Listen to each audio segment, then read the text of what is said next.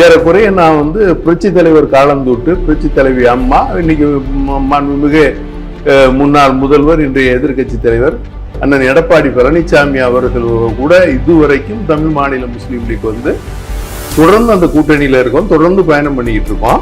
இதுவரைக்கும் என்னுடைய அரசியல் அனுபவத்துல இந்த மாதிரி ஒரு சர்ச்சையை நான் பார்த்ததுல, கருணாநிதி அவர்கள் வரையும் கூட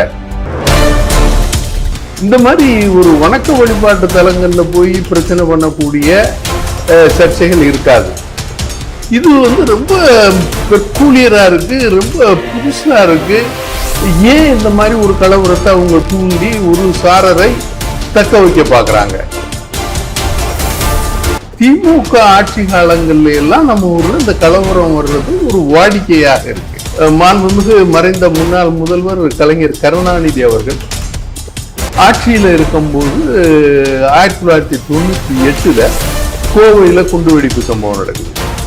அண்ணன் லத்தீப் அவர்கள் அப்ப சட்டமன்ற உறுப்பினராக இருக்காரு. அவர் உதயசூரியன் சின்னத்துல நின்றுதான் ஜெயிச்சு, அவர் தேசிய லீக்குங்கிற கட்சி அவருடைய கட்சி. அப்ப உதயசூரியன் சின்னத்தில் நின்றுதான் ஜெயிச்சு வந்து சட்டமன்றத்தில் இருக்காரு. அப்ப அவர் எந்திரிச்சு கேட்கிறாரு, என்ன அப்படின்னு கேட்டீங்கன்னா, மாண்புமிகு மறைந்த முன்னாள் முதல்வர் கலைஞர் கருணாநிதி அவர்கள் என்ன சொல்றாரு அப்படின்னு சொன்னா, இஸ்லாமிய தீவிரவாதிகள் ஒரு சொற்றொடரை அங்கே பயன்படுத்துறாரு. முதல்ல இந்தியாவுல இஸ்லாமிய தீவிரவாதிகள்ங்கிற ஒரு வார்த்தை, தீவிரவாதிகள் அதுக்கு முன்னால எல்லாரும் சொல்லுவோம், தமிழ் கிறிஸ்தவர்கள், தமிழ் இஸ்லாமியர்கள். நீங்க இந்த இடத்துல இந்த தமிழ்ங்கிறத மறக்க கூடாது, அவர்களுடைய ஓட்டு. அப்ப அது வந்து அவங்களுக்கு கன்ஃபார்ம். யாருக்கு? திமுகவுக்கு. இதை கன்ஃபார்ம் பண்றதுக்கு தான் அவங்க இந்த வேலைகளை செய்யறாங்க.